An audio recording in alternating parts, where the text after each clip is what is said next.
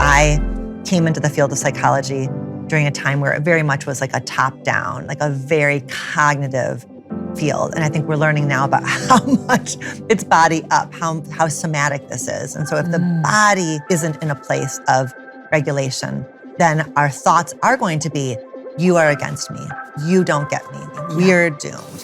What is this difficult moment with this person evoking inside of me? What does this moment have to teach me? When we view moments as teachers, our partners as teachers, it just opens up all kinds of possibilities that help us tend to all the reactivity that we are at risk of. That's relational self-awareness. It just helps us create ever more capacity to go, Before we dive in, a word from our presenting sponsor, BetterHelp. The name of this show is Real Love Ready. And I genuinely believe that readiness comes from doing the work. For a lot of people, that includes therapy. BetterHelp makes it accessible by providing licensed therapists online whenever you need it. Head to betterhelp.com/loveready for 10% off. That's BetterHelp.com/loveready. Welcome to this special episode of the Real Love Ready series. I'm Robin Ducharme, and I'm so happy about today. When we were planning this whirlwind tour, Chicago was on our list. And the reason we're in Chicago is for me to have a beautiful conversation with a dear friend of mine, Dr. Alexandra Solomon, who I have known for 5 years. Oh my God. I was thinking about this year, like this morning, as I was getting ready, like, Alexandra, you were one of the very first experts that we reached out to at Real Love Ready when we were trying to learn about relational literacy and have relational self-awareness, which is what you created. Yeah. And, I think about the fact that you have been partners with Real Love Ready for a long time. And one of our greatest teachers and experts that we point our community to for really quality, solid advice and practical wisdom that we can all bring into our lives to make our relationships better. So the work you're doing is making a huge impact. I consider you an incredible teacher and a wonderful human being. And I'm so happy to be in Chicago with you today. This is like a dream come true. And I mean that. So thank you. So fun. It's so fun to have you here. And I'm so fond of you. I can't believe it's been 5 years, and yet I can, because we've done so many different things together. And when I see you in my inbox or on my phone, on my text, I'm like, okay, what's Robin doing now? Because you really are, you're in it. And it is so, you are living, like, you're walking the talk. And it's so clear to me how discerning you are, that you really bring to you a community of experts that you trust and align with. Yeah. And then the people who follow your work and who trust you for guidance, they understand who you are and why you put yourself in the places that you put yourself. So you are an excellent community builder and curator and teacher yourself. And I'm always a yes. When you're, whenever you're calling, I'm like, okay, what are we doing now? Where are we going next? So, Allie, that is the sweetest thing. You've said that to me before, and like, that just warms my heart. I've always been a student, in my life. Ever since I was a little girl, I remember like putting up my hand and grade 2. I was the girl, and that pretty annoying, right? Always asking the questions. But why? Yeah. But also, how about this? Yeah. But I realized like this is the same. It's like, I want to learn how to love in the best way, because I know what an impact that makes in our lives and the quality of our lives. Right. And this is what you're teaching. We share that same mission. I mean, but we're going to get into that. Yep. I'm going to read this introduction that we created for this particular show. When I sat down to write my book, there was one idea at the center of everything: that love is not something we find, it's something we build, something we learn, something we can actually get better at. That idea is also at the core of what this podcast is about. And today, Alexandra is someone who has dedicated her life to proving exactly that. Dr. Alexandra Solomon is a licensed clinical psychologist, founder of the Institute for Relational Self-Awareness, and best-selling author of 3 books, soon to be 4, Loving Bravely, Taking Sexy Back, and Love Every Day. We have a copy of Love Every Day behind me. I love Love Every Day. For 25 years, Alexandra has been teaching her internationally renowned course, Building Loving and Lasting Relationships, Marriage 101, at Northwestern University. And today, my team and I are going to be so blessed to be students in the classroom. This is dreams come true today. As a therapist, Alexandra sits with couples in their most vulnerable moments. As a professor, she teaches love before the heartbreaks happen. And as a researcher, she studies it. As a writer, she translates it. And as a wife and mother, she lives it. So thank you, Dr. Alexandra Solomon. Well, I'm already crying, so I don't know where the heck we're going to go from here. Thank you. So, let's go to the beginning. Okay. Somewhere in your childhood here. But you've written that you were the oldest daughter in a chaotic family system, that you learned to belong by excelling, by maintaining control, by exceeding expectations. How does a girl with that origin story end up dedicating her life to teaching others how to love well? Yeah, and that is my origin story. I think so many of us are drawn to this work from an origin of struggle, in some way, shape, or form. And I was the oldest daughter in a complicated blended family. That it's really hard to think of a challenge that my family system didn't deal with. And I felt pretty chronically overwhelmed and helpless as I watched the big people that I loved so much and needed so much struggling. And I felt helpless to make it different for them. And so I found control where I could. And for me, that was in academics. So I don't know, maybe while you were raising your hand in the classroom, I was in my bedroom creating this thing I called preventative homework, which is where I would just get my work done for the day. And then I would just think about what might come up in class the next day. So I would anticipate different things that might come up and then just do that homework. And it was just a place, I remember how good it felt to just be with my worksheets and my workbooks and my studies, and how much it was a passion and a coping mechanism. I think it's so true for so much of us, right? The things I often say that our gifts and our wounds are next door neighbors, And part of it's like this opposite sides of the coin. Yeah, it's right there together. Yeah. And I never want any of us, I think part of the difficulty of this whole journey of relational literacy, relational self-awareness, is that you start to unpack and connect dots. And I think one of the risks is that then people start to unwind everything. Wait a minute. Did I choose this partner from a wound? Did I choose this career from a wound? And there's a risk of unwinding your whole life down to the nub and thinking, I got to start from scratch because my whole world is a massive trauma response. Yes. So I think it's really important that we hold on to also the fact that our gifts often are born from our pain. And so we get to just keep refining them, right? So now I try to give myself more choice around my passions, that I can be driven, and I also can give myself permission to rest. But that fire in my belly has been there for a very long time. And it's lovely now to be paid and seen for the work I used to do at home, for free. Yeah. Well, you have a large influence in this space, in love and relationships. And you've 25 years that you've been teaching this course at Northwestern with teenagers, essentially, right? Yeah. And you've had such a rich, a lot of experience with people, couples, and so now, and I can see that everything's still growing for you and expanding, and that's the way. And it's beautiful. It's absolutely beautiful. So, how did you end up in psychology?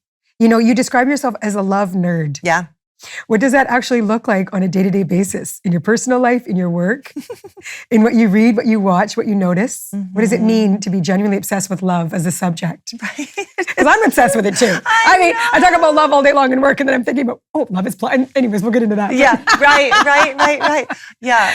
I know when I gather with, we have these couple friends of ours that my husband and I oftentimes will spend, Friday evening or Saturday evening with. And as we review our weeks, I just sometimes have these moments where I get a little dizzy of the things I got to spend my week thinking about and talking about. It's just, everything I do feels like such I think you feel this way too, such an organic expression of me. I feel very, very, very blessed. And I love that I've been able to create this career that has different elements to it. So we'll be together on a college campus today. So every year I have, one part of me gets to have this deep experience with 21, 22-year-olds, understanding their questions and their pain points and their curiosities and their confusions and supporting them in that. And then another part of my week is with couples that are, my age or a bit younger, a bit older, who are in various stages of relational pain and recovery and asking very hard questions of trying to figure out, is this the kind of hard that grows us, or is this the kind of hard that we need to set each other free from, And then other parts of my week are translating, what we talk about to the media. I did an interview yesterday about some sweet little trend that's happening on Reddit, and was working with a journalist to try to understand what are people seeking by creating this particular niche community online. So it's so fun to get to bring, it's all still me, it's just different expressions of me. And then of course with my husband and kids, as we mentioned before, trying to figure out, am I going to be able to walk the talk today? Yeah. And so when you were deciding, just to go back to when you were deciding to become a psychologist, how did that emerge? Okay, well, I went to college truly to the marrow of my bones, seeing college as just a necessary thing to check off the list to go to medical school. Yes. I used to talk about nerd. I would go to a used bookstore and look for medical textbooks and then just read and take notes on medical textbooks. Like, wow, that I really probably needed a bit more of a life. I just wanted to be a doctor so bad. I was so driven. And I remember I can see his face, my freshman year advisor, talking to me about, you probably should take a philosophy class and a psychology class. And college is the time to really grow yourself. I was like, right. So organic chemistry, physics, I had all my little check boxes of how I was going to, get all my requirements met. And then I did have to take a distribution requirement. So I took a women's studies class fall of my second year at university. And I was like blown away to look at the systems that shape who we are and how we view our identities.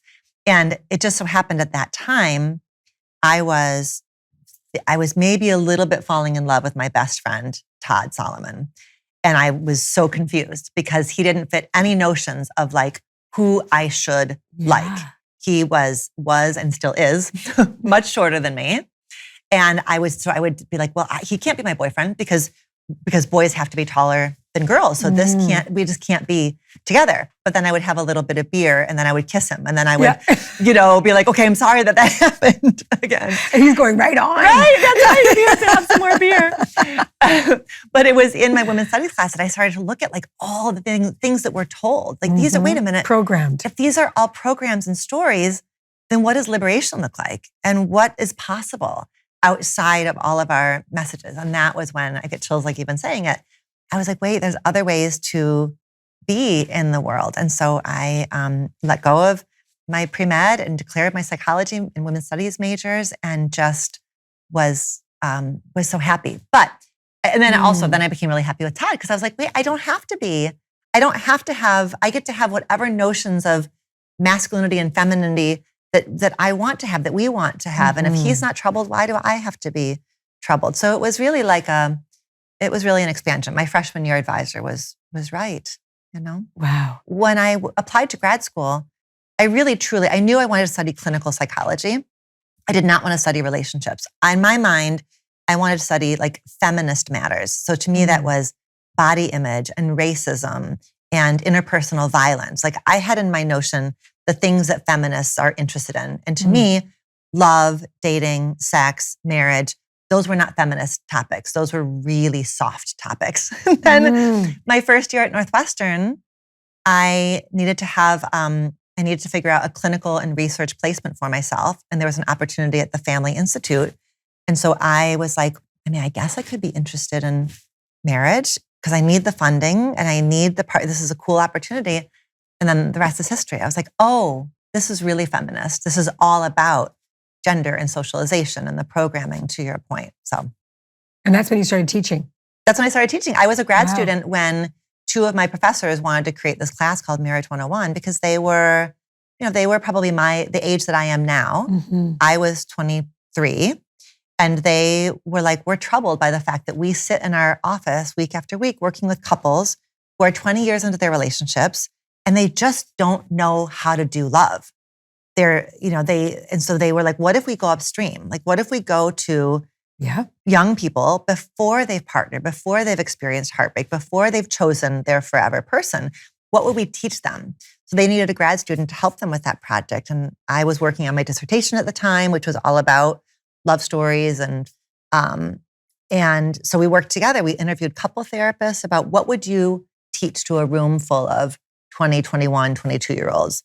And we looked at the literature, the existing literature, which at that time didn't take us very long because there wasn't a whole lot of relationship science. And all of the relationship education materials were for premarital couples. But at least it helped us understand you got to do something about communication. You got to talk about sex. So it kind of gave us an orientation. And we built this curriculum from the ground up. And the curriculum has changed a lot because the landscape of love has changed a lot. But that's where it was born 26 years ago. And so I was the first grad assistant, the first teaching assistant for the course, and then became a faculty member. And now it's my little empire. I love it so much. I can't wait to attend the class. So who is sitting in these seats?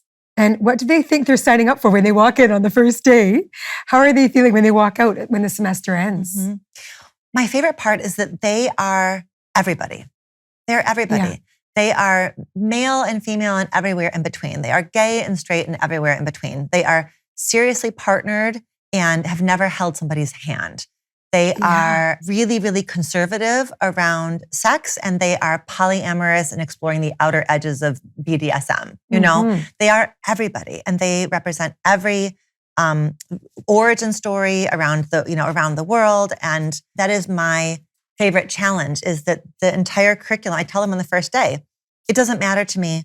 Like whoever you are, wherever you are in your relationship with love, with sex, with partnership, you belong here. This is your space. Yeah. And so it is my sacred responsibility to ensure that the entire curriculum can be taken by them and applied to their own lives. That I'm presenting them a set of ideas and frameworks that then they get to pick and choose and put together for themselves. So it's not about the way to love, as you know. No. It is about, these are the principles. This is about you understanding you, because you are the through line in all of your relationship stories. So we do a lot of looking at their inheritance. What are the messages that you grew up with? What did you see? Who did you have to become in your family of origin?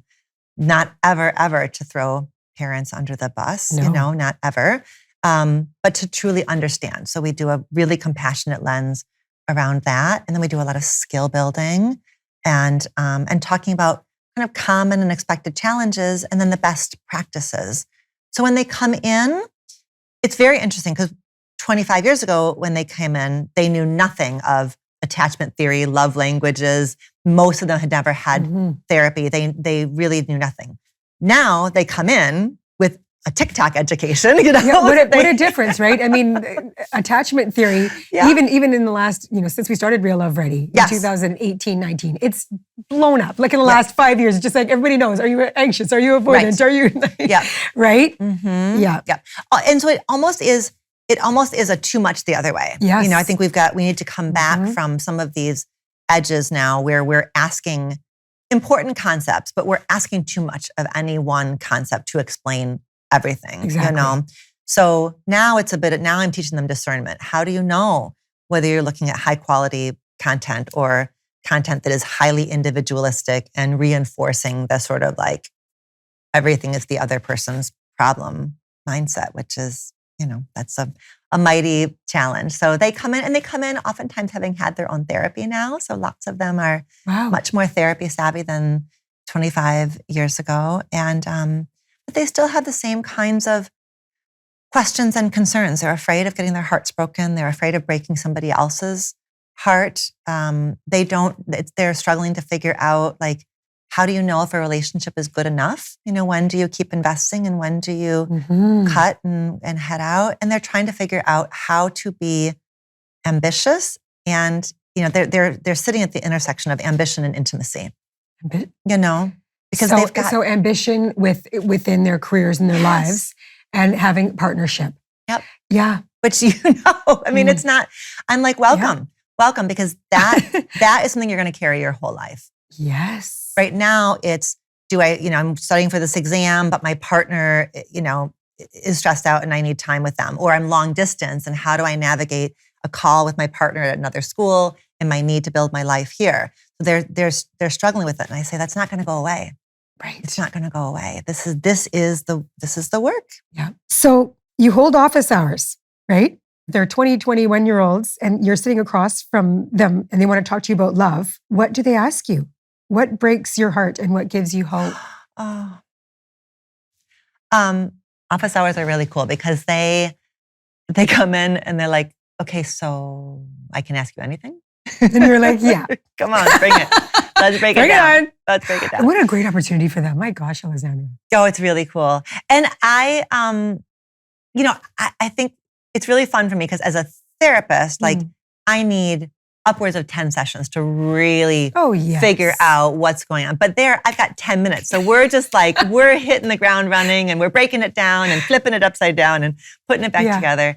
It's really fun. And then they will, so they'll just come with a knot, whether it's, an example is a young gay man who is really worried about partnering with somebody because he is not out to his family, and he worries his family isn't going to accept him, and so he worries about his future boyfriend. Like, what am I going to put him through? So it's like he's imagining dating as an apology. So we really worked on that, and we worked on chosen family. And what are you what do you have? Like, I can see how that is a worry, and let's look at all of what you have to offer, because the fact that you are that concerned about this future boyfriend's feelings says you've got a lot of heart that you are bringing in, and that's you are a very, very good, asset in that way. So that's just like an example of where it's just like, just wait, they have a story, and then we're like, okay, but stand over here now and look at the story. Right. I work with a young woman who felt like she was failing at hookup culture. She's in this group of friends where they call it like their body count, these yes. young, That's a new term. My daughters are asking this question about your kiss count and your body count. I'm like, oh my gosh. I don't. Yep. And so there's a lot of pressure right now to do, they call it doing it for the plot, like, having experiences in order to have the story to tell the next day at brunch. And she felt like way down here that this wasn't working for her. And what she came in with was, I'm behind.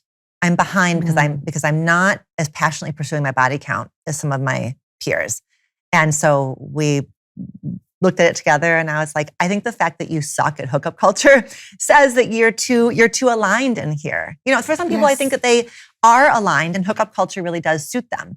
But she knew, right? She knew inside of herself, this doesn't feel good to me, but she kept overriding it for the plot, and because she has two needs, right? She has a need to create aligned, intimate experiences, and she has a need to belong in her friend group.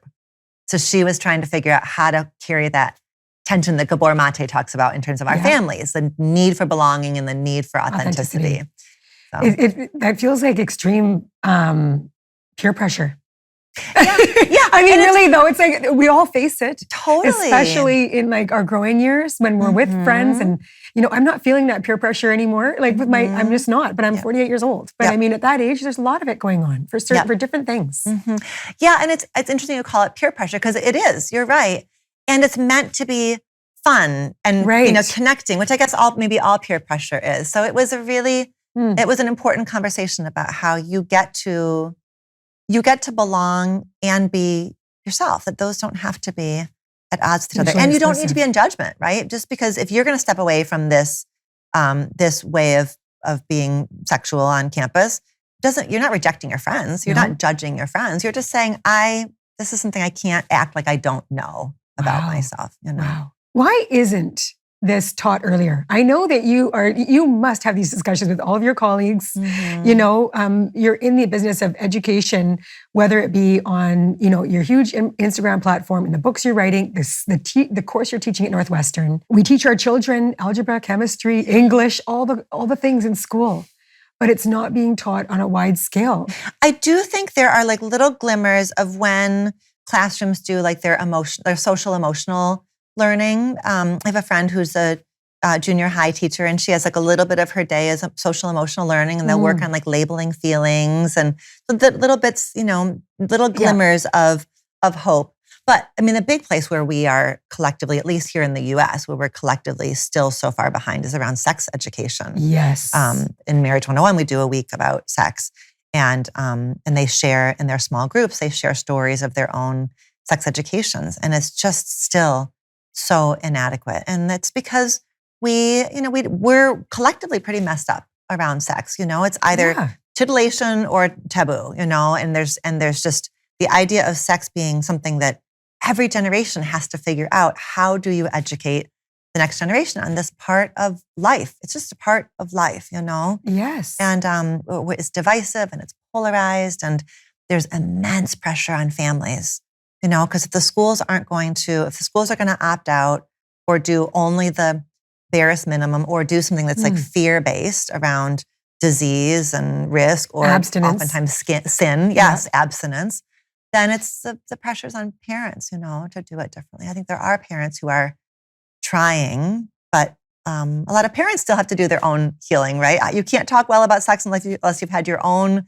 kind of reclamation and integration. So yeah, I am troubled by it. I every so often I hear from a university professor who wants to create a curriculum like this on their campus, and I always send them whatever they want, whatever they want from me. Yeah. The way that I do it is quite labor intensive. I have 12 teaching assistants, and they're all therapists in training, and it's quite experiential. But it doesn't have to be. I think there's ways that that every university could do this, and the response that we have at Northwestern speaks to the fact that there is a tremendous need and interest. Like I remember like in college days, like it's so front of mind. I remember sitting on the floor in various friends' dorm rooms and just talking all about relationships, and I don't think it was just because this was we still do that. I sit around with my girlfriends and that's what we talk about. It's conversation. Yep. Yeah. Yep.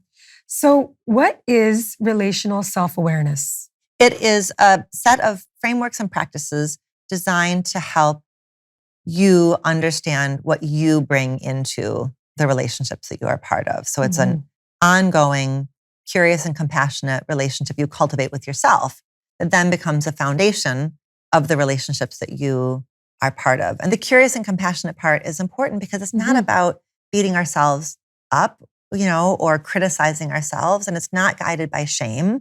It is guided by curiosity. Like, what is this difficult moment with this person evoking inside of me? What does this moment have to teach me? When we view moments as teachers, our partners as teachers, it just opens up all kinds of possibilities that help us tend to all the reactivity that we are at risk of, because the stakes are so high, because the past so powerfully shapes how we experience intimate partnership. So we need to have something to soften that edge of reactivity and fear and the ghosts that are always in the room with us. And so that's relational self-awareness. It just helps us create ever more capacity to go, that's really it. It's like, what is going on right now for me and for you? You're giving more space and more, I like that idea. It's like the curiosity and the compassion to really look at this from like this water lens of what's going on. So you've said that the goal of relational self-awareness isn't to become a perfect partner, is to become a curious one. Can you give us an example of curiousness in a relationship that is struggling and one that is thriving? Yeah. Like, how does curiousness show up? Like, let's say, like with the kids, or I can't say kids because they're young adults that are in the class with you. When they're up against something that's just like they're really struggling with and they're being really reactive. How are you guiding people through that? Yeah. It is. I mean, I'm a huge fan of pauses because it can be hard to do it in the moment. I really validate with my students in Marriage 101. I validate that it's difficult because maybe you're on the phone because you're long distance, or maybe you're a bit crunched for time because you are in a really, really intense, 4 years of your life. And it can be hard, like these conversations where the two of us are muddling through something that doesn't have an answer, right? We know from Gottman's research that 69% of the things that couples get in conflict with don't have answers. So it's not about us sitting together and figuring out the answer. No. It's about us really seeing if we can stay connected and curious as we sit with something that feels confusing, overwhelming, disappointing, frustrating.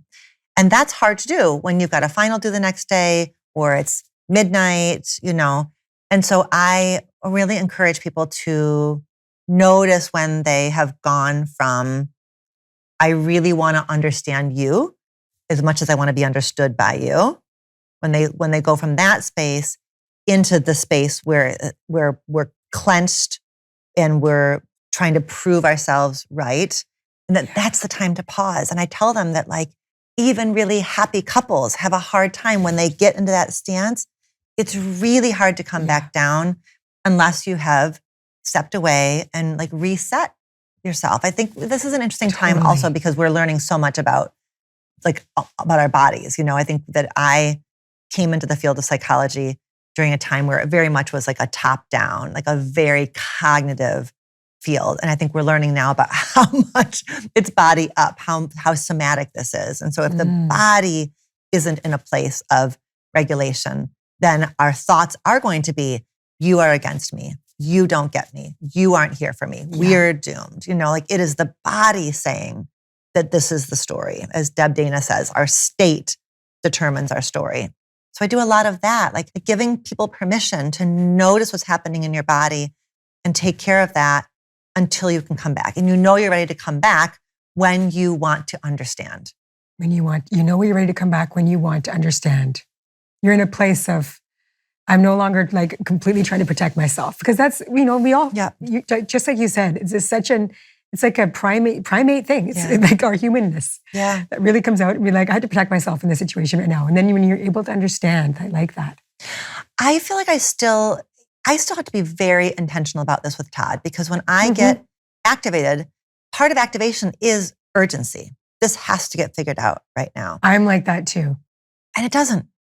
It doesn't. It doesn't, and it isn't. It doesn't matter. Maybe it feels like it does, but it can't, right? It can't get figured out right now when I feel like this, and now you feel like this. And when I step away, I now am able to pull up memories of it doesn't stay like this forever. When I step away, I can remember love. But you have to do that about 1,000 times. Yes. At least I had to do it about 1,000 times to be okay, if I step away, I will not keep feeling the way I'm feeling right now. Love will come back online. Yeah, it takes practice. It takes a lot of practice. And that's what you're teaching, right? Is there's no be all and end all solution for all of this. It's just all the tools, because we need the tools. I also, when we're talking about conflict, I also ask students to talk about what they do well, because there is a lot of this, a lot of this isn't teaching, a lot of it's helping people remember and trust. So I also make sure that I hear from students, what do you do well in a conflict? And that's so nice because they can come up with stuff. I ask good questions. I bring my partner, I bring the other person water. I, try to remember how I feel with them when things are good. So they already have things that they are doing, but sometimes we have to be asked to point out the good stuff, Right. So glad you do that, because we can all, right. Let's pause for a moment. This show is sponsored by BetterHelp, and I want to take a few seconds to talk about them. One of the things I keep coming back to in my own life, and in many of the conversations we've had on this show, is that a lot of us were never actually taught how to talk about what we feel or how we feel. We learn to manage, to perform, to keep things moving. But naming an emotion out loud, especially the hard ones, that is a learned skill. And for a lot of people, it doesn't get learned at home. Therapy for me has been one of the places I've learned how to actually build that vocabulary. It's where I've been allowed to slow down and figure out what's really going on underneath the surface. BetterHelp makes that work accessible. You fill out a short questionnaire, you get matched with a licensed therapist, and meet with them online, however works best for you, by phone, video, or messaging. And if the first match isn't quite right, you can switch. Whether you're someone who's been in therapy for years or who's never opened that door before, you can give it a look. Visit betterhelp.com/loveready for 10% off. That's BETTERHELP.com/loveready. So, what is the difference between self-awareness and relational self-awareness? Why isn't just knowing yourself enough? Because you put the relational, this is your framework, right? Mm-hmm. I think because sometimes, I think especially in this like cultural moment of self-help, it gets this, a lot of the self-help world ends up getting pretty siloed. Like it's just about you looking at yourself. Who are you? What are your needs? What are your wounds? And it can become a little bit like navel-gazy is one thing. And it can become a little bit perfectionistic because if it's just about self-awareness, then the idea is if I spend enough time understanding me, like if I go into a cave, do all my listening to podcasts and reading of books and therapy, then I'm going to come out and I'm going to have easy breezy relationships because I have self-awareness. I know me. Right. And I don't believe that I truly do not believe that there is a self, like a self-contained self. I believe I'm being changed right now by you. I'm being seen by you, being in conversation with you changes me. That the self is relational, that we really, that any introspection we do is to bring us back to connection. And that we can't do it in isolation because even if I do have a wonderful therapist and listen to all of the Real Love Ready episodes, and then when I fall in love, it's gonna, the experience of loving and having to trust and having to collaborate is gonna shine a light on all the relational spaces that haven't gotten healed because they can't get healed when I'm without being the reflection and the friction. Ooh, that's good. That's why, right, we have to, we heal in connection. Yes, that's right. That's right. We heal in connection. We come to know ourselves in connection. Yeah, which doesn't mean that there's not a space for solitude and reflection. It's just that it can't be complete. In Bloom this year, you were talking to us about there's an acceptance partner and a change partner. And the idea that we might need different people at different stages of our lives or different energies within one relationship. Can you explain that? And what does it look like for you in your life?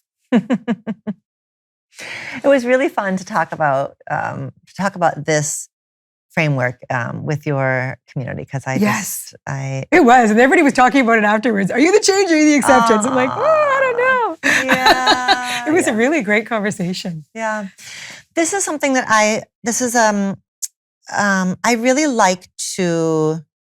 I think my whole purpose is to help people become more relational thinkers, to look at the dynamics in their relationships and to understand how much they contribute to creating the conditions that then end up being pretty painful for them. And that when we're in a dynamic, it's pretty easy to see the other person's part and hard to see our part. It's just hard to hold on to that like dynamic, like that relational framing. And so this is something I call like the effort mismatch, because the question I've gotten asked more times than any other question since I wrote my first book in 2017 is, okay, I'm doing all this. Like I've got the book, I'm listening and I'm reading and I'm writing and I'm bringing all this to my partner. My partner's not doing the work. I'm the only one doing the work. Yeah. I got that so many times. And I do think there are times when people just aren't aligned. If you love this realm of healing and discovery and curiosity, and your partner is like, I don't believe in therapy, I am who I am, take it or leave it. Yeah, you might not be energetically a match. That might really be a mercy for you to let each other go. But very often it's not that. It's that people get polarized around this idea of one person is saying, we need to have deeper conversations. We need to do more. You should do more. You're not looking hard enough. You're not healing your inner child enough. And the other one is saying, we're good. Yes, everything's good. Look at us. Look at us. I love you. I love you and I like you. And look at us. We're moving in the same direction.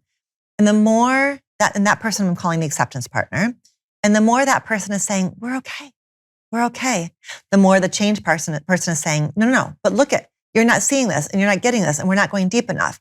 And the more the change partner is saying, we gotta, the more the acceptance partner feels like nothing I'm doing is enough. Good enough. And so the very fact that both things are necessary.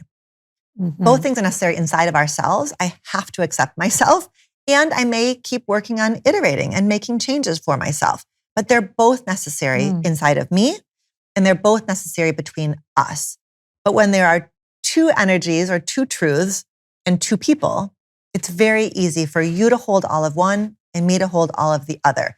And the fact that we're each taking up the fact that we have our fingers on slightly different pulses, just that mere fact then becomes the ground on which we polarize. Right. So and I want people to understand that that's a dynamic. Systems have their own properties. And so systems polarize. If I can't see that you're holding something important and you can't see that I'm holding something important, then we're going to judge each other and we're going to inadvertently create more separation, even though we don't mean to. So that's what I've been really excited about lately, is helping people understand that change and acceptance are both very, very necessary in relationship. And in fact, what I'm calling the magical equation, and whatever I'm going to call it, is like acceptance times change equals growth. Exactly. Right? Acceptance times change equals growth. Because if there is no acceptance, if acceptance goes to zero, then there can't be any change you want to make. It's not going to be growth, because it's all fear-based, me trying to prove something to you. And if change goes to zero, then we're going to just stagnate, right? So we do need to be moving and asking and iterating. And I do need to be asking you, like, what can I do to love you well this week? You know, what does showing up for you this week look like? So both of those need to be intention, and both people need to recognize the beauty of not just their own stance, but their partner's stance. And do you think a lot of it comes down to when you're seeing couples, are they not having enough really honest conversations with each other? Like, this is what's going on for me. Or are they maybe not able to communicate it in like their deep. This is what's really hurting me. This is where I'm feeling not seen or heard or understood by you. Right. Do you know? Like, is it just like a myriad of things, or is there? Right. I just wonder if it's not enough. Like, just like this is where I'm at. Like, and my heart. This is how the only way I can really communicate this in the purest way. You know. I do think sometimes there is people are blocked from sharing sort of their leading edge truth. I do think that is, and that whether that is, I don't know what my truth is because I'm just too consumed with making sure you're okay, or I know what my truth is, but I'm afraid to say it because I'm afraid to hurt you, or I'm afraid of the consequences of it, or I'm afraid to take up that kind of space because I never ever knew that I even could speak truth. I do think that definitely gets in people's ways. I feel like I'm either helping couples get closer together through being more vulnerable, or I'm helping couples create more separation through a bit of differentiation. Because you're almost enmeshed. To stop taking care of each other and to just say, like, this. I was working with a couple on this yesterday about just like being like, the truth isn't cruelty by definition. I think for some people, it feels like if I'm truthful, I'm cruel. And we always, always, always have to have tact and care. Oh, yeah. You know, it's like unbridled self-expression is over here. And then, silence for fear of hurting somebody's feelings is over here. And there's lots of shades of gray in the middle that are about being kind and thoughtful and tactful and truthful. Yeah. So we were talking this morning about your kids being like somewhat leaving the nest. Yes. So you're in a new chapter as a woman and a partner. What has this transition taught you about your relationships that you couldn't have learned any other way? It is a transition when your kids leave. It is such a transition. And I remember, I spent years as a really cocky psychologist being like, these women, when their kids leave the home and they don't know who they are, they just need to be like investing in themselves. Yeah. And I have invested. You've been invested. I've been invested. Yeah. Nobody can say I have not been invested in friendship and career and all these things. And when my kids left, I really did not. I would sit there and be like, who am I for? Yeah. Who am I for? Like deep questions about like, who am I? Like just feeling really if I'm not organized around somebody else's schedule, what am I organized around? It was a very, as my best friend Allie said, that the empty nest phase is revelatory. It's revelatory about self, and it's certainly revelatory about marriage. It just, because it's so easy to not hide out with kids, but kids and the structure of family life do provide so many places for energy and attention. For sure. To go. And it is an evolution because it's like, what if I've got all this time and extra space? What will I do with that time? Right. Like, it's like, and then you kind of have to be imaginative around that. Yeah, I launched a podcast. I wrote a book. But I also traveled with Todd. We had trips that we had never taken. He has a particular conference circuit that he's part of that I've gotten to now become part of with him that I spent 20 years raising kids, and he would go off and come back and go off and come back. And so to have gotten to go with him has been, really fun. And just like any transition, we are more empty nesters now than we were a few years ago when it started. So I think the big message is to give yourself and your partner time and grace. Todd was holding a lot of the enthusiasm and fun, and I was holding, and what we were getting, from this time. And I was holding a lot of the grief and the loss and what we were losing at this time. And I think that's another place where couples can polarize because both are true. It is so fun to have space, and it is so sad to let that chapter go. And so we really tried to honor that we both had a facet of the experience, and it was and it is both. It's really nostalgic, and there's lots of possibility of okay, who do we get to be now, including to each other? Who do we get to be to each other now? I think you bring up a good point, Allie, because John Kim talked about this when John and Vanessa's house burnt down. Obviously, an immense amount of grief, their whole home gone. And when they decided they were going to move to Costa Rica with their family, John tells a story of how he was all okay, I'm going to go surfing.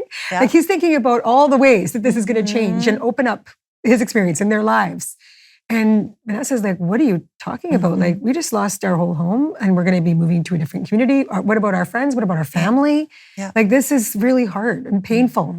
And you can see how going through such transitions and change in your family, in your life together can be polarizing. Yes. Couples. And so tell me, how did you and Todd navigate that? Because if he's the excitement partner and you're grieving and both can be true at the same time, but you're not feeling supported in your partnership in where you're at. Right. How do you navigate that? Well, yeah, because we both felt invalidated, right? He felt really sad. How am I not enough? I'm right here in front of you. Yes, he's what about me? Do anything that you want to do. So it felt personal and invalidating. And I felt really I didn't feel the fact that he wasn't grieving the same way, that didn't, but I felt really ashamed. I felt a lot of shame. What is wrong with me? And so then whenever we have shame about something that is real for ourselves, that just makes the feeling even more stuck. So we had to, I remember a conversation we had on a walk. We do all of our hard conversations on walks. That's really, smart. Really so helpful. That's so smart. For me, I think I need it more than he does. Yeah. I need that feeling of being alongside each other, our bodies moving. It's really essential for me. And I remember just being able to hear and acknowledge that, of course, it feels personal to Todd that I was grieving. How could it not feel personal? And I think just acknowledging that, help me let go of my shame and help me invite in excitement and possibility. And that didn't mean I didn't also love being a mom. And it didn't also mean that I would be happy when the kids got home. So I think it was like slowing down enough and like asking the question, like, what is the part of your partner's experience that you really actually can understand? That's the depolarizing question, is like, what part of what your partner is holding do you also see and agree with? And then if you want to go a step further, appreciate, like, thank goodness he was looking at possibility and excitement. Like, that's so wonderful. Yes. That's like a wonderful thing to hold on to. It doesn't mean he wasn't also sad and grieving and nostalgic. It just meant that he also was holding on to, like John was. Okay, now what? What do we get to do? What do we get to make from this? They're very different challenges, right? Like losing your house is an actual unexpected and traumatic loss. What we went through is an actual like developmental, appropriate, thing that family life brings. But both of them are a change. Yeah. And so I think that actually juxtaposing those and recognizing that the same dynamic can happen across two different kinds of transitions, a wanted and an unwanted transition, really highlights like the fact that couples do polarize despite themselves, and that the way back toward each other is recognizing that there's wisdom in what each of you is carrying. Oh, that's so good. The validating each other when you're ready, when you can. When you're ready and when you can. Yeah. Yep. And to not, we know the two things that sink us in a couple dynamic are blame and shame.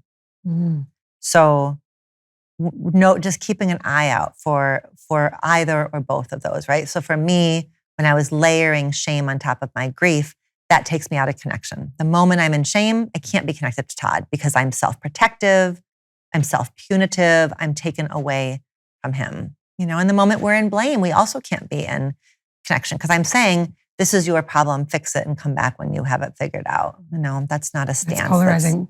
Two things that sink is blame and shame. Good. Love this. See, I'm in class with Dr. Solomon. Okay, so can we talk about love on screen and how representation and what we romanticize? Because I really, I'm in this space, right? So I'm in the relational self-awareness space and just all the skills, all the science, and then I'm going to the movies and I'm seeing what's still being portrayed. I'm watching TV like everybody else is. And it's like, it's not necessarily the fairy tales, but I went to Wuthering Heights, for example. I could not believe that movie. I sat there with a friend of mine, and it's a good thing I went with a friend and not my daughter who's 16, because the audience was full of girls, and I would say maybe 18 and up were the majority, but young women. And I was with my friend who's in her 40s too, and I was like, wow, this is like, have you seen it? No. Okay, well, it was the toxic dynamics and possession and control and I cannot live without you. And just like all the lengths that person was going to go to make sure that they were going to have that person come hell or high water, and all the other bad dynamics that circled around that. And I thought, wow. And I heard a girl at the airport. This was a month ago. I went to the theaters to watch it. And I heard a girl at the airport, and we're in line up washing our hands. And she's saying she was watching it on the plane.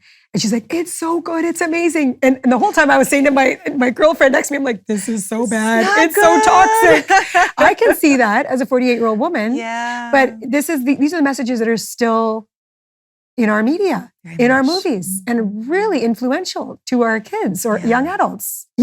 What does that kind of early exposure actually do to the way young women understand love? I mean, it's almost, we're still deprogramming. I mean, you're teaching these kids. So, Alexandra. Right. I don't know if that's a question, but it really is.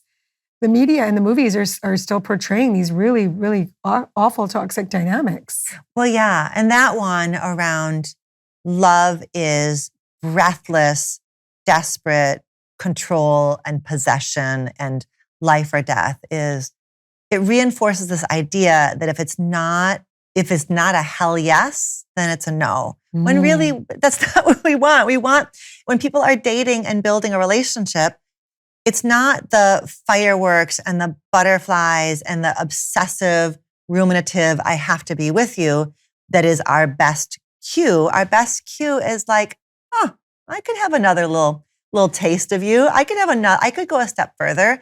Like step by step with a regulated nervous system is really my step by step with a regulated nervous system. Of like, yes. Wait a minute. I feel increasingly calm and expansive on the inside when we are together.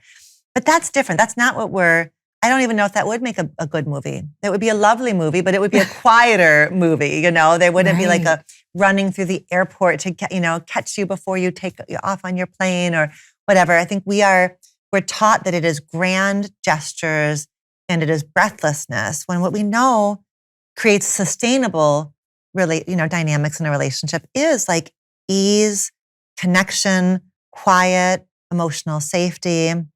I think there's always, like, I want us always to have space for romance. I think part of what helps couples in the longer term, the couple with a screaming baby or the couple with the, angsty teenager, is like the ability to look at each other and be like, remember when we were on that beach, or remember, that ability to kind of like pull up those nostalgic memories of who you used to be when you were falling in love and be able to tap back into that early magic.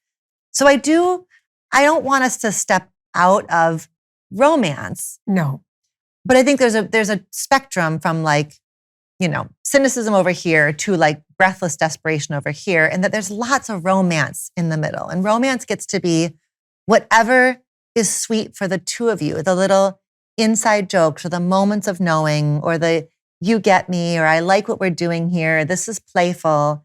There's lots of space for still being a bit swoony and a bit silly and stretching yourself into spaces you haven't been before without it being, that kind of territorial, desperate kind of a thing. Yeah. My students this year, a big theme that's come up is my students are wanting the meet cute, Yes. And I think that's a response to how much of life is lived online right now, whether it's dating apps or just, and so they're just like waiting for that opportunity, like waiting for that, like just that serendipity. Yes. Walking in the same coffee shop and all of a sudden you bump into each other. Oh, there he is. Or there she is. Yeah. So I love that. But I was like, okay, so that's good. Let's go with that. But let's work with serendipity. And we've got to get the AirPods out of our ears. And we have to have our chin up. And we have to have our phone away. Like we have to be like working with in the world serendipity. Yeah. There was a gal in office hours who was, feeling very cynical about this. And I was like, okay, so your homework for this week is to look for all of the ways this week that fate is shining upon you. All of the ways that you are lucky.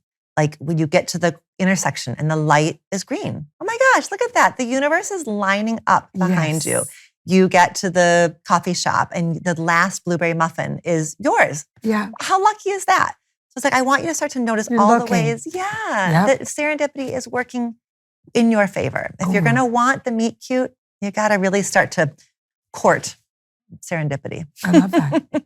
So Alexandra, how are you teaching your students? And I would say even like with your kids, right? In their relationships.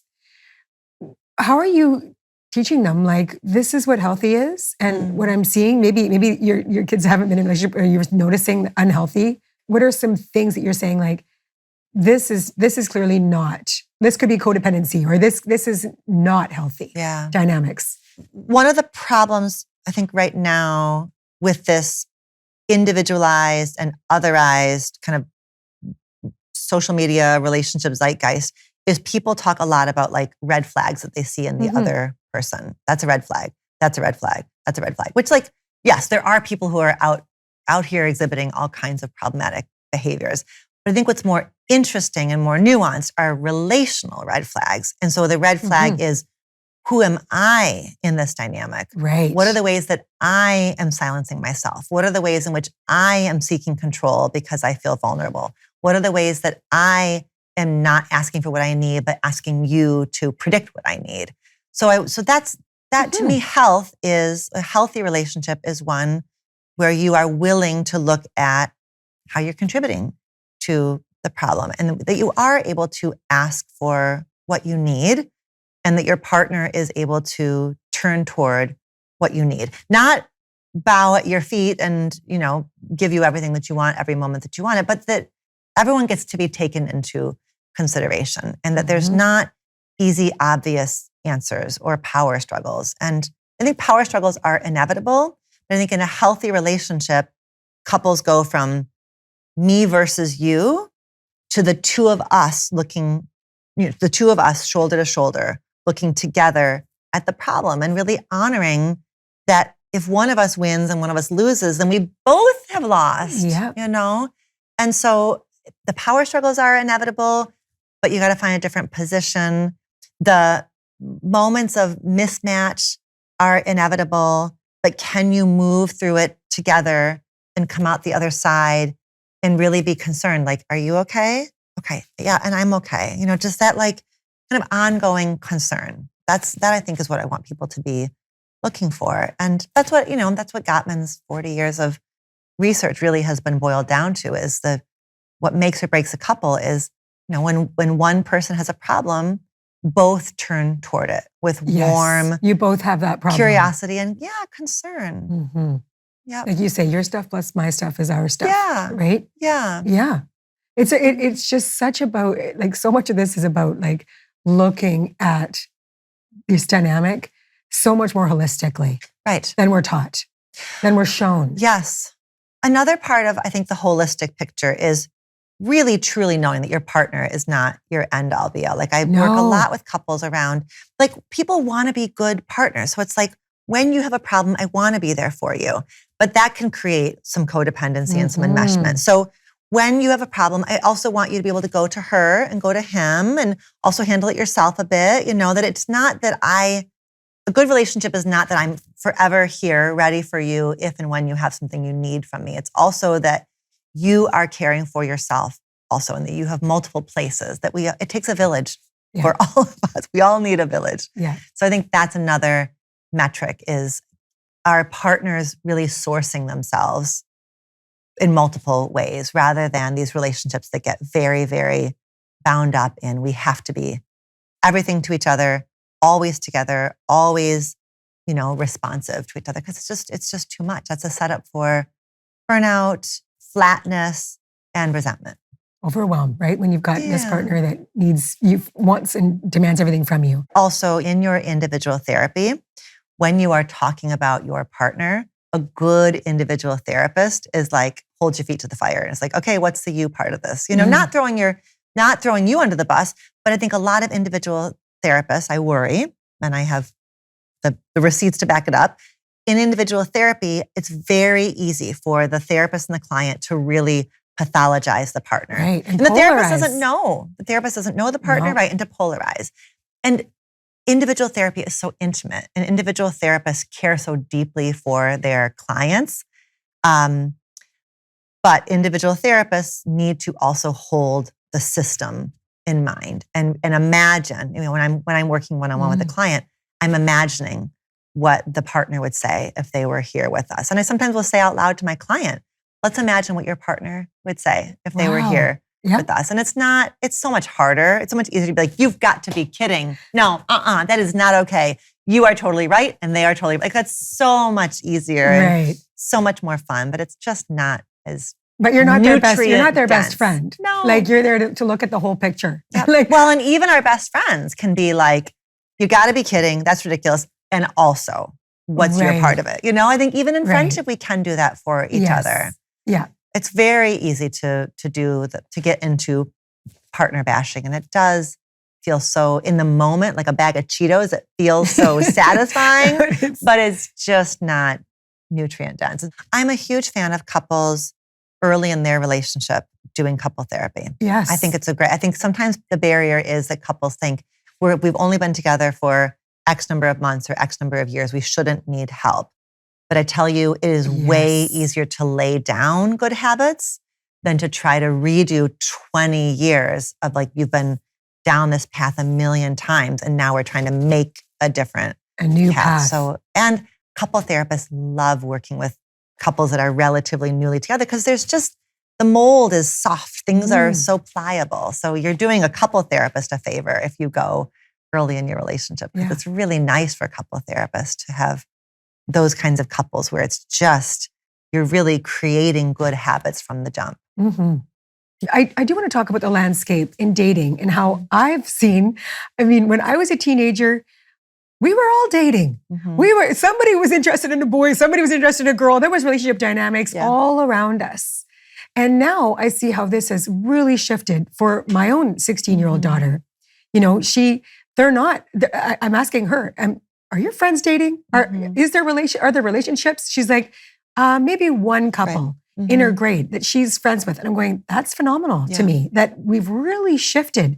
Is that because of social media? Is that because they're on their phones? They're lacking the in-person communication, the hangouts, like enjoying each other's company. Even, what are you seeing around that? I have been struck by how gender homogenous social life has become. Like I think the biggest problem is that girls and boys, men and women aren't building cross-gender friendships. I think in queer culture it is different perhaps, but in straight culture, there's not a lot of platonic relationships across the gender divide. And in fact, I've heard a number of stories recently about college students saying, if we're dating, then you can't be friends with somebody of the opposite sex. Like that kind of control we were talking about before. When in reality, there's so much we learn about ourselves and about life and about the world through any kind of friendship that spans any kind of meaningful difference. So I think you have sex-segregated friend groups. And so then it makes it harder to meet. And then it means that when you meet, the stakes are very, very high. And what I hear young people say is that the social scene is very facey. And facey means that everybody knows everybody else's business. And so if you are going to date, everyone is going to know about it. So it's tremendously vulnerable because I think that is a byproduct. I think we were, probably gossipy when we were growing up, but you could only gossip right here, right? And now things can happen and spread like wildfire. I think also what we're watching is the generation who came of age in the post-Me Too movement. And so I think that we are not talking nearly enough about what it means to come into your sexuality post-Me Too when it is harm. It was not your harm. This generation did not create the massive systemic abuses of power that have been revealed in the last 10 years. But this generation is feeling a lot of fear. So what I hear, especially from straight young men and from anybody in the queer culture who is masculine presenting, is a deep, deep fear of taking the lead and being perceived as a creep or violating a boundary. Right. So I think the stakes feel very, very high and the risks feel very high and capacity is shrunk. I think this generation, for all kinds of good reasons, is struggling with their mental health. Like the world that you and I came of age in, I went to school for many, many years and never once thought about being shot in my school building. Never. And these kids, my kids never once didn't think about, is today the day that my school is going to have a shooting? Oh, really? That's radically different. So anytime grown-ups get critical of young people, I'm like, stop. This is what they're, and I'm not saying you are being critical of young people, but when we have to always look at these things, because you're right, they aren't dating the way that they used to. There's a lot of, they're not having sex the way that they used to. There is a problem in terms of just like a reduction in relational exploration, but it's happening in a context that makes it make sense. Yeah. Wow. That's amazing. Thank you for that amazing answer. Yeah. Really. So we are like, we're at the end. Oh, we can't end on the school shooting. No, I always ask all of our guests the same two questions. Okay. The first is, what is a myth about love that we need to collectively unlearn? Are you talking about the Disney Are you talking about the Disney? I'm not talking about anything. Dirty? I'm asking you. Yes, I call those the Disney did us dirty myths, and I love the Disney did us dirty. That's good. I love like surfacing those, and because they are like when you ask people to kind of put those myths out there, then you realize, wait a minute, it feels like it's a downloaded belief, but if I put it right here, I can look at it and question it. So I think that one myth is, I think the biggest one is that it should be easy, and that if it's right, it's easy. If it's meant to be, it's easy. If this is your person, it's easy. And I think that there's a discernment between good hard and bad hard that takes a while to refine and to figure out what you are interested. If this curriculum this person is offering you is the curriculum you really want to be part of. But oh, I like that, Alexandra. There's like, you want to be discerning on the good hard versus the bad hard. Yeah. Yeah, because it is going to be hard. Yeah. So choose your adventure here. Choose your adventure. There's not the good hard. Because maybe over here, I don't want this type of hard. Yes. Which doesn't necessarily mean that person is bad or broken or a villain. It just means, no, that's not the kind of hard that I want to be exploring. Ooh, I like that. That's great. Do you have a definition of love? Well, I do. And it is the one that Bell Hooks wrote about in All About Love, her 2002 book. And she pulled it from M. Scott Peck, who was like first generation. What is this? Road Less Traveled. Road Less Traveled. I was like, I know that book. Yes. And so I always use that definition, which is basically a commitment to somebody else's, he says spiritual evolution, but just like their evolution, like just a commitment to being with them as they unfold and grow. I really like that idea because it defines love as a practice and a choice, and it is rooted in this idea that we are separate. And I'm going to hope that as you evolve and I evolve, we're going to keep evolving together in a relationship that is big enough and bold enough and flexible enough to keep supporting us as we grow. But I like that it really centers like the idea of just celebrating the other person's evolution. And then you get that in return, right? Yeah. Being loved means somebody celebrating your evolution. Yeah, I love that. Thank you so much, Dr. Alexandra Solomon. Thank you, Robin. That was so fun. You make it so easy. Oh, you make it easy. This is always such a pleasure. So I love you. I do. And thank you so much. Thank you. The Real Love Ready series is a Soul Print Media production, presented by BetterHelp, hosted by me, Robin Ducharme. Executive producers, Robin Ducharme, John Kim, Tara Malhotra-Feinberg, Hilary Swanson. Senior producer, Miriam Debbie Talbot. Producers, Tara Malhotra-Feinberg and Maya Anstey. Directed by Miriam Debbie Talbot. Edited by Susie Landers O'Connell. Production coordinator, Leah Schultz. Post sound mixing, Christian Deutsch.